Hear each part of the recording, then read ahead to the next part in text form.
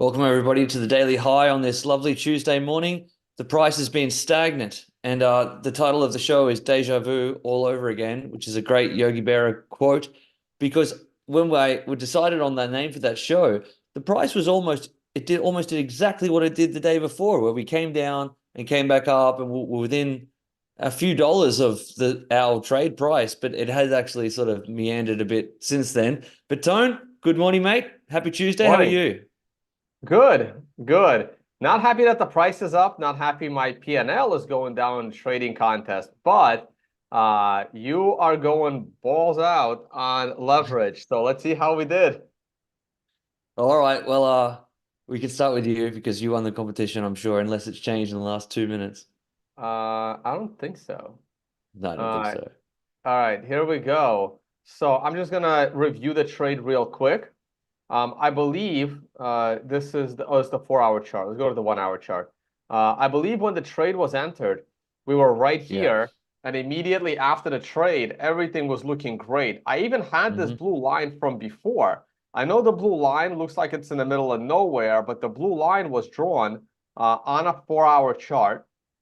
And the blue line was basically, hey, I want us to get above the majority, like get a new high close and get above the majority of these moving averages to get us within spitting distance of these highs. And then I'm all bullish. We kind of touched it for like half an hour, and then it all fell apart once again, created a double bottom, which I really didn't like. And now back and consolidating within the hourly moving averages. Now, on a 1 hour picture, if you look at it on a short-term picture, this consolidation is slightly leaning bearish. But when you look at it on a daily picture, this consolidation is very bullish. So we will get into that. As of right now, my P&L is minus 55.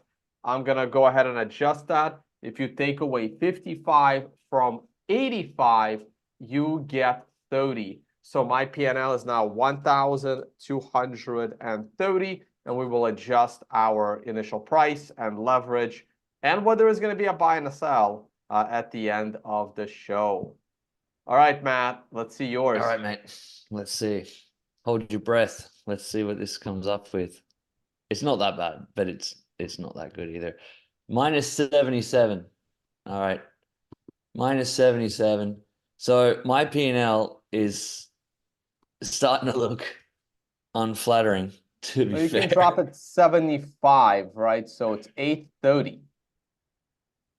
All right, let's do that. Yeah, Let's let's do that. keep it to round 8:30. numbers. All right. And yeah, and as Tone said, as I'll go into the 1 hour chart just to review why we put the trade on as well. I was in feeling the same way as Tone mentioned. We put the trade on around here.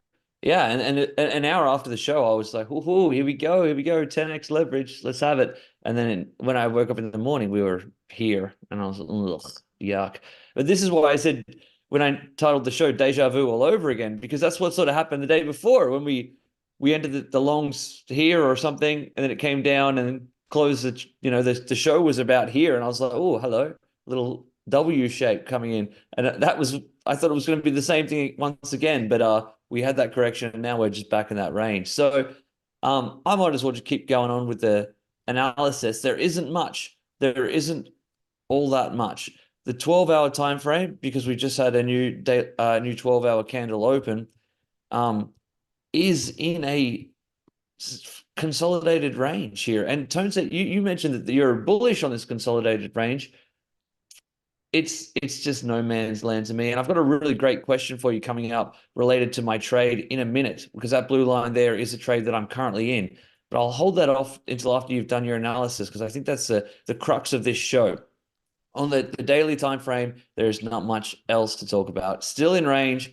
We're still right in that cluster of SMAs here. We really need to either get out of this or fall down. So this is what I was talking about black box before. Black box is unemotional, unfeeling. I said that weeks ago that I don't think that we'll just come down and then immediately burst out to all-time highs. I see us getting stuck in this range. How long have we been in this range? Let's count this candle here.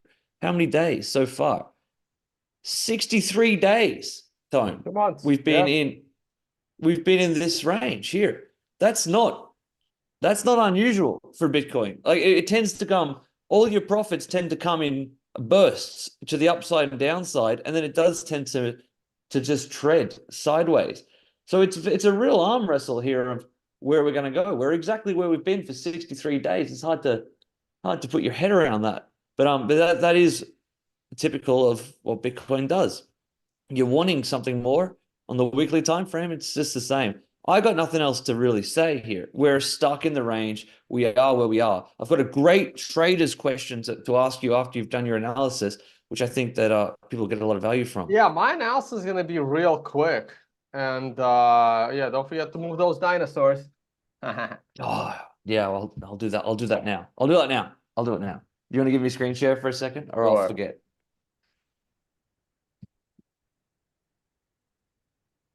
That moves down one. Ah, Okay. after 3.5 weeks, I'm back where I started. Okay, It's okay. so my analysis is very, very similar. Now, here is the good news. The good news is that this 2 month consolidation is probably pushing the limits. I'm gonna use a weekly chart for this. This 2 month consolidation is probably pushing the limits. We had a really, really rough one for about 6 months here from April all the way to October, but the range of the range was significantly higher than it is now. Over there, back then, this range was 20%. That's not what's happening right now. Right now, the range is more like 5%. Okay, this is the current range. We're not going to use the, the outlier wicks. We're just using weekly candle closes. The range is like 8%, so it's significantly thinner. And obviously, the thinner the range, the shorter it's going to last. A range this thin of 5% doesn't last very, very long. I mean, we are pushing the limits. So I think this range has maybe 30 more days left, maximum. I can't see us lasting for more than 4 more weeks. And remember, 4 weeks from now, the halving will be 4 weeks from then. So the halving is about 2 months away from today. And maybe a little bit more than 2 months, like 2.5. But 1 month from now, Bitcoin is going to move. And I think there is lots of good things that will happen if it continues to consolidate for another week, the biggest of which is touching the moving average. People do ask me all the time what moving averages I use.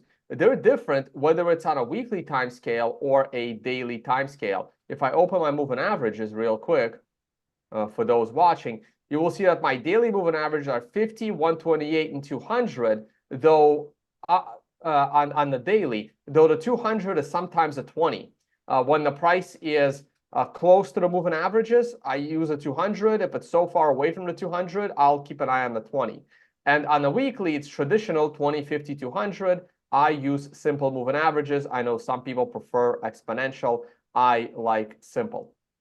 So the weekly chart flipped on the MRI. The more doji-ish this candle is, the happier I am, because that allows me to then enter nice bullish trades the following week on a green star candle without the green star candle being overextended with the price being somewhere here in the $52,000 range. So I am very, very happy with 1 more week of consolidation, with next week being the breakout week and giving me a green candle that does look closer to a candle like this that you see on November 20th than a candle like this. This is not the most ideal green star candle because the green star shows up at the beginning of the candle, but you want to be absolutely sure that it's going to close as a green star candle. And by the time that happens, you can feel like you missed a trade.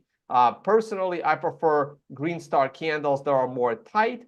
Even a candle like this is slightly running away. So I really like green star candles that are smaller, maybe not exactly doji looking, but something closer to this doji on November 20th than certainly something closer to this one. But you will often see these green star candles running away with the price, which is why I tend to jump into my trades on the green star candles. When I see the candle is starting to run, I take my chances that we're not going to immediately reverse to the downside. However, on an MRI candle, I do expect us to potentially reverse to the downside on the second half of the candle. So on a trade like this, I'm happy to take profit near the top of that candle, or, you know, like as it's running away. Same thing here. I'm happy to take my profit as this candle is running away with the price. Meanwhile, on a green star, I want to be in, or on an MRI buy, I want to be in before it runs away.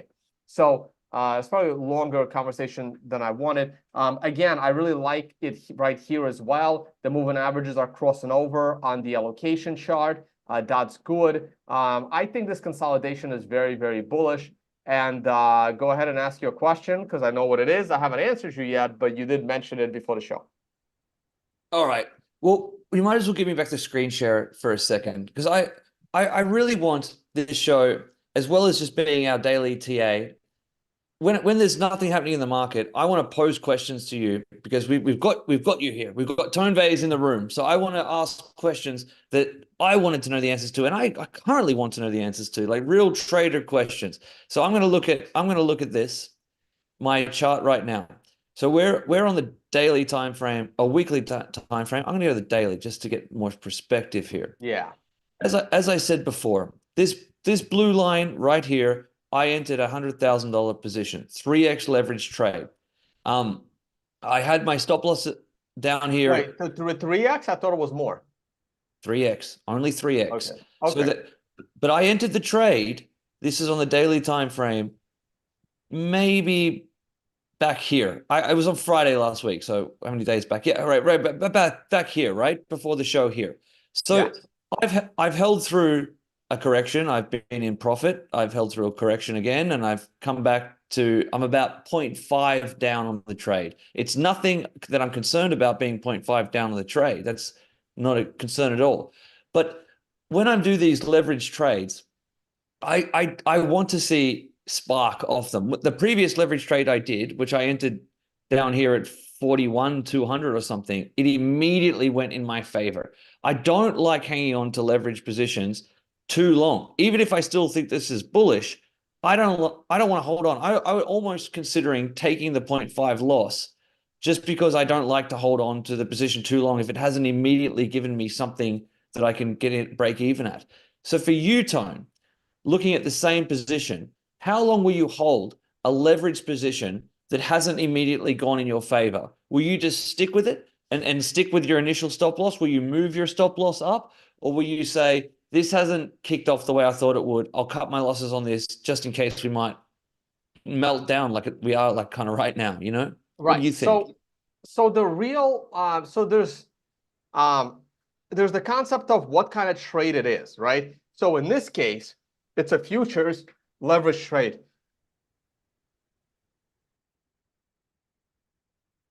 Bless you.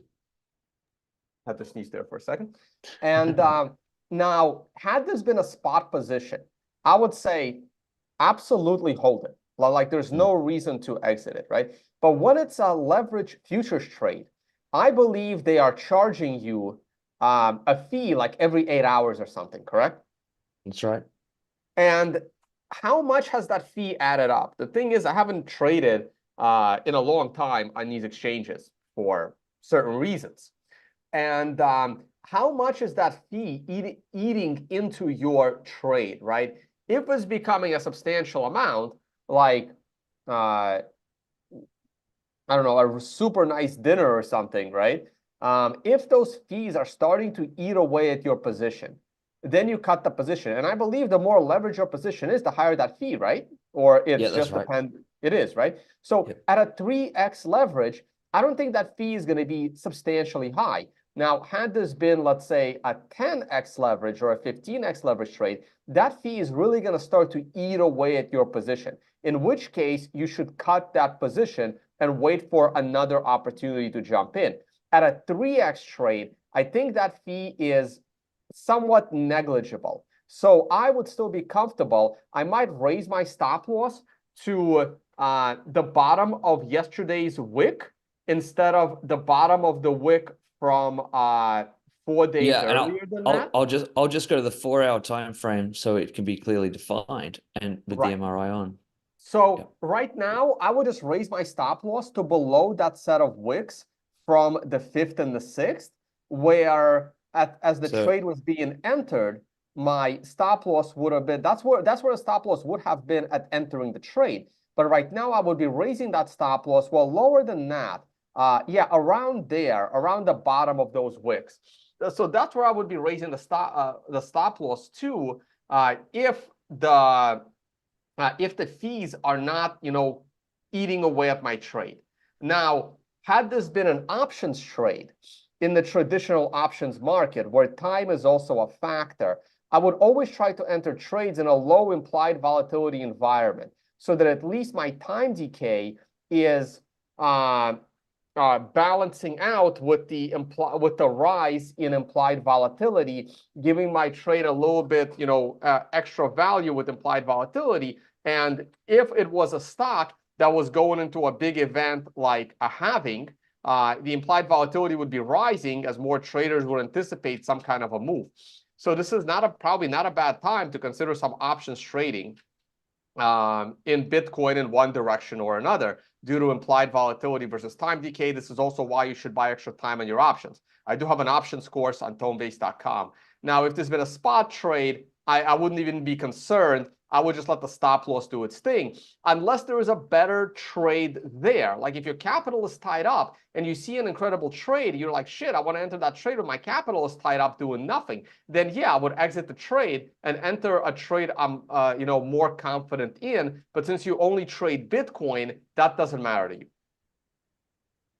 yeah, and really well put. And see, that's what I was thinking because my initial stop loss was here. It's a an acceptable loss, but the time factor is upsetting me. Like, look, let's say I entered the trade here, it was maybe around here. It has been in and around, up and down the price. It's actually quite frustrating to me. And that yes, everything you've just said is what I'm considering. So I'm actually am considering moving my stop loss up a little bit because I would rather buy this back, the same position back when things looked a bit brighter. I think that this could easily roll over, and then I do not want to be holding the position through this lower, which I obviously wouldn't anyway. But I risk the potential gain here.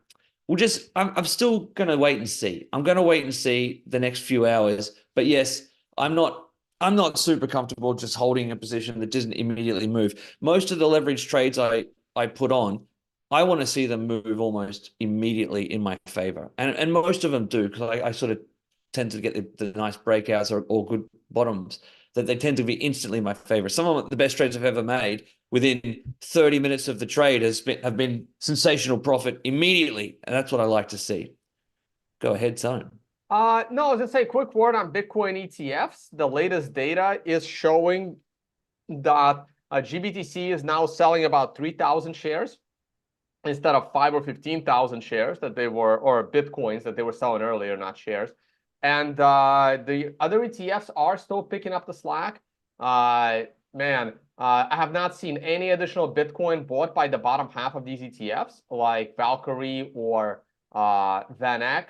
They're kind of stuck, and all the new Bitcoin is just being eaten up by Fidelity and BlackRock. I will be posting, weekly statistics now. I'm gonna stop taking daily stats. It's just annoying and it's taking a bit of a while. Real quick word on gold. Not much has changed. If you think Bitcoin is boring, how about gold? Jesus. Now that's a monthly chart of gold.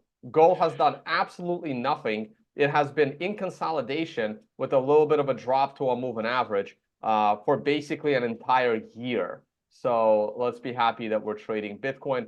Oil has been exciting in a very, very strange way. Not going to get into it here. The S&P 500 is now consolidating near the top, and I remain very, very bullish on the S&P. Today is Tuesday. We can take a quick peek at shitcoins. We can do a lightning round of shitcoin Tuesday. I know a lot of people have been asking. Matt, I'm going to pull up the charts. We're going to go through them all real quick. If you see something interesting, say it. This is Ethereum versus Bitcoin. Again, I prefer looking at it versus Bitcoin, look at this incredible rejection Mhm. of the downward trending line. We have not looked at this in a while. I think this is super fascinating. I'm going to delete some of these lines. I'm not sure why they were there at this point. I did expect us to rally over to that trend line. I didn't time it exactly right. I thought it would rally off the MRI. It ended up putting in a new low. So of course, I would be bullish Ethereum versus Bitcoin. Here you have the green diamond, you have the MRI. I would be bullish. I would be wrong on this trade. Right here at the low, I would be bearish. So I would be wrong again. This is why I don't trade shit coins. And then we rallied up to the downward sloping trend line and we got rejected. And now, of course, I am bearish. We're sitting below all the moving averages, but the MRI does not give me a red star candle yet. So I would love to see a red star candle that is not a reversal candle to the upside. I think this alphanumerics cloud would flip red the moment this thing starts going down again, and then alphanumerics would be completely in line with the MRI. And I do think that this is a very, very nasty looking pattern on Ethereum versus Bitcoin. Your thoughts real quick? Yeah, no, not. There's better value elsewhere. That doesn't look good at all. Okay, looking at it versus the dollar, it looks identical to Bitcoin, but it will probably go up when Bitcoin goes up into the halving. The Yeah. Doge chart versus Bitcoin looks absolutely terrible. There is no support until you get to the MRI support line. Again, this is the weekly chart. This just looks absolutely brutal. On the dollar, everything is going to be consolidating on the dollar. This is why I find it really interesting to look at it versus Bitcoin. I'm sure you don't have any thoughts on this either. Yeah, no, look, everything, as you say, perfectly, they all look shit compared to Bitcoin. But then when you look at them against the dollar, some of them have rallied so hard that they look like if Bitcoin was to fail here, and I don't know if it will, but if it does, they look like fantastic shorts. And some of the ones that have scooped up so high, like the INJ that I was looking at, I don't even know what it is, but that it rallied so hard better than Bitcoin did on against the dollar. And if Bitcoin fails, these will get decimated. Totally, they will. So I don't think I have INJ on the list. I know a lot of people have been talking about it lately. INJ, but I want to look at it versus Bitcoin and versus Tether. You can put it here. Do I have that? No, it's INC. Jesus Christ, there's too many of these things. They're all good though. They're all classic. Oh yeah, they're all incredible. All right, we'll actually we're up. Yeah, but versus the dollar, this look at this like 4 year long MRI support line, and now it went up. So when the MRI support line goes up like that, that's not actually bullish. That means we're gonna break it sooner, and then everything's gonna collapse sooner. And this is Doge versus the dollar. This INJ thing that's been rallying, it has been rallying versus Bitcoin. So this is one of the new ones, right? This goes to my statement that it's the new shit coins that are making new all-time highs against Bitcoin, and they'll never break those highs again. For Litecoin, this is like in 2015. For Ethereum, this is like in 2017. And those highs will never, ever be broken. Now, versus the dollar, of course, this thing is running up. And, its run might be over. We'll find out soon. Like, this is the kind of red star candle that I really like to see. It's a nice, Yeah, it's me not too. running away. This is very, very bearish looking at the MRI. Like, this is a green star candle right here that, once again, like, when do you enter this long trade on the green star candle? Do you enter it just as the green star happens? Do you enter it Yes. just as the candle ending? And I would be entering somewhere in the bottom third of this candle. Not exactly right here, because then I can get faked out. This is the kind of green candle I would like to enter. Going long, it's in the consolidation. The trade didn't do much, but it also didn't lose much. But this is a beautiful green star candle. You enter this at the end of the candle because it wasn't running away. And that led to a nice trade that you exit here at the red star. And this is versus Bitcoin, versus the dollar. It's going to look very, very different, of course. All right. Real quick, some of the other popular ones. I know we're pushing Check, into our just 30-minute candle. check out Sol. Whoa! Whoa, whoa. Hello. Monero.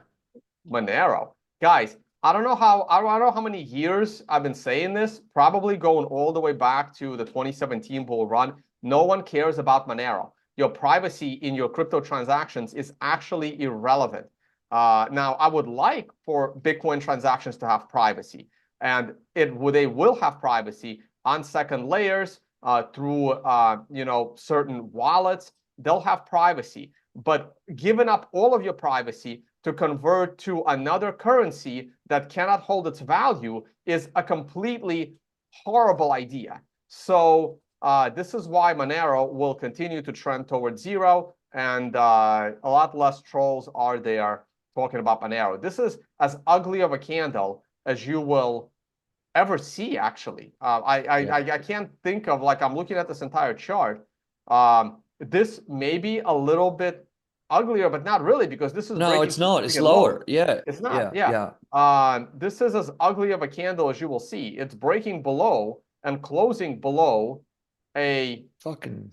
Yeah. 8-year low versus Bitcoin. This is a disastrous candle versus the dollar. It's I hate these Yeah. data errors. Shit. I gotta get off Poloniex. And versus the dollar, it's also a very versus the dollar, it's not as bad, but versus Check Bitcoin, check check it's out as ugly of a candle as check you'll out ever see. Solana. Check out Solana because I saw on Twitter that they had halted transactions or something. Something bad had happened to Solana. It doesn't matter. No one is invested in these things because they think that they're decentralized, right? I mean, they can hold transactions, they can change transactions, they can reverse your transactions. I mean, they can print more currency, they can take more currency off the market. If you think the Fed manipulates the market, the one guy that's coding Solana can do a lot more to this currency than the Fed and the Treasury can ever pray to be able to do to the dollar. I mean, this is insane. Same thing goes for Cardano. Like Charles Hoskins. So I like my friends like say to be close to Charles Hoskins, and he's like making fun of Bitcoin, how it doesn't evolve, and he's talking about how great Cardano is because it evolves to the technology. Yeah, because one guy can change whatever he wants in anything that has to do with this token, and yeah, surprise Cardano was doing super well against the dollar. It hit an MRI top. I think I said this last time we did the show that I thought this was it for Cardano, and here we are. Now, the moment it breaks these lows, it still doesn't look as bad as Monero. I mean, Monero looks horrible, but Monero will look horrible because Monero is a lot older than Cardano. The older your currency is, the crappier it's going to look, and Litecoin is the king of this because Litecoin is a lot older than Ethereum. So you can see how Litecoin looks like absolute disaster versus Bitcoin. And yeah, I'm still waiting for that 80% fall versus Bitcoin since the halving. I said this, a month or two leading into the halving, that the moment Litecoin halves, get ready for your 80% drop versus Bitcoin. And we're getting there. We're about halfway there. So we'll get Yeah, there. I remember watching your shows, man, and you talking about the Litecoin halving coming up and saying this is it, your last chance to get out of this dog shit before the Yeah. halving. And look what's happened. And see, this is a little surprising. I mean, this is a bit of a conflict right here. We did break that very critical resistance with a green star candle, so I was kind of disappointed that my TA would have. I'm like, oh man, this is a little rough. I really think the chart pattern should reverse the price right here, but the MRI is still bullish. It got a green star candle. I have resistance up here at the moving average and the MRI resistance line. So I was kind of toss up, man, will it reverse? Will it not reverse? And it's reversing so far. And the MRI is already flipped. So it looks like BNB has topped out. Solana is actually still really, really strong. And this goes to show you that nobody cares, that they're completely controlling it and they can do whatever they want. It's still on the hype train. There's nothing else they can cling to other than brand new liquid stuff. So Solana seems to still be the darling of the pump, and Solana still looks bullish to me. It's one of the only bullish looking shit coins. This looks to me like it's ready to take one more step higher. So there you go. I have something positive to say, not about the technology, but about the chart. Yeah, I mean that'll reverse on a Disastrous. dime if Bitcoin does. So that's Disastrous. that Wow, what's that? That's good. That's Zcash. Like I found a chart that's worse than Monero looking, and guess what? It's another privacy coin. Now this is a privacy coin that is significantly worse than Monero. This thing just prints coins like there's no tomorrow, and yeah, this has only one path, and that's zero. Eventually, it'll die, and or be completely irrelevant. Nope, not looking good either. This is Verge. I have no idea why this pumped against Bitcoin. Like, you don't know why these things pump. But maybe it was the monthly MRI buy. It happens sometimes. Look at that beautiful monthly MRI buy. And I expected us to go all the way down then after. I mean, pumps like that. I mean, like at some point, right? The guy that created this, that is sitting on 50% of the stash of all the coins, he just says, you know what? I want to get out. So he gives up like 5 to 10% of his coins. He hands it to a bunch of influencers. He has them pump the shit out of the coin so he can exit with like 20 or 30% of his stash. And that's what happens. And people always get played for fools in these things.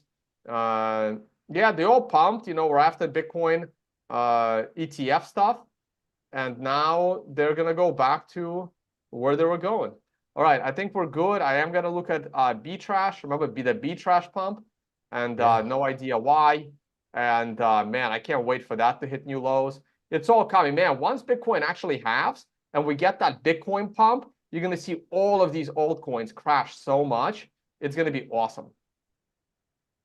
I'm feeling dirty, Tone. Let's put our trade on. I can't look All at right, any let's more of go this do some shit. trading. All right, All right. so we need to significantly lower the PNL here. Yeah. Let's this is going to be interesting. All right, Matt. I'm on screen share. So All go right. ahead and put your trade in because I don't want my trade to influence your trade. So the new PNL, sorry, the new price of Bitcoin is um it looks like 42,740. Okay. I want to, yeah, 43,740. It's not moving up quick, so we're going to do that. 42,740. 42,740. Yeah. 42,740. Now, I am going to stay with the long trade because I am bullish in this market.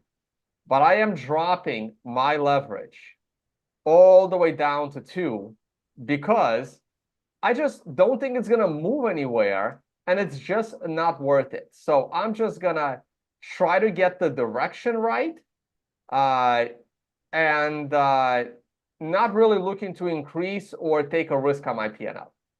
And now let's see what you're doing. This is the fun of the game because I don't like the market right now and I don't have any directional bias, okay, at all. I don't know. I don't know, right? So, but I have to play chess with you. I'm down in P&L, right? I can't just sit there. So I'm long 5x. All right, so Fuck we it. both significantly dropped our leverage here. That's funny. Yeah, I cut mine in half because I'm not. But if I go one, I don't think the price is going to move too much. But if I go 1x or something, it's not enough. I need to win this competition. So we need to get it cracking. All right. Right, Thank you because so much, okay, guys. so Yeah. hey, so wait. So what happens now, right? So let's say I get the direction right, right? And uh or let's say you get the direction wrong. You can't go down anymore, right? You're already at the lowest level. I can lose P&L, which hurts. I'll have to start All 30x to catch back up. Well, right, that's man. it. I have to start increasing my risk reward ratio. I'll get one of them. It's a long competition. Thank you so much for watching, guys. Hit up atonevase.com, alphanumetrics.com if you're interested. Please use the affiliate links we have in the bottom of the show. It really means a lot to me. And we'll see you tomorrow. Tomorrow, I have to, you might have caught my show last night. I have to travel back to the countryside. So I'll be from the bunker for tomorrow. So we'll see how that goes. Tone, it's been a pleasure, mate. All right, thank you guys.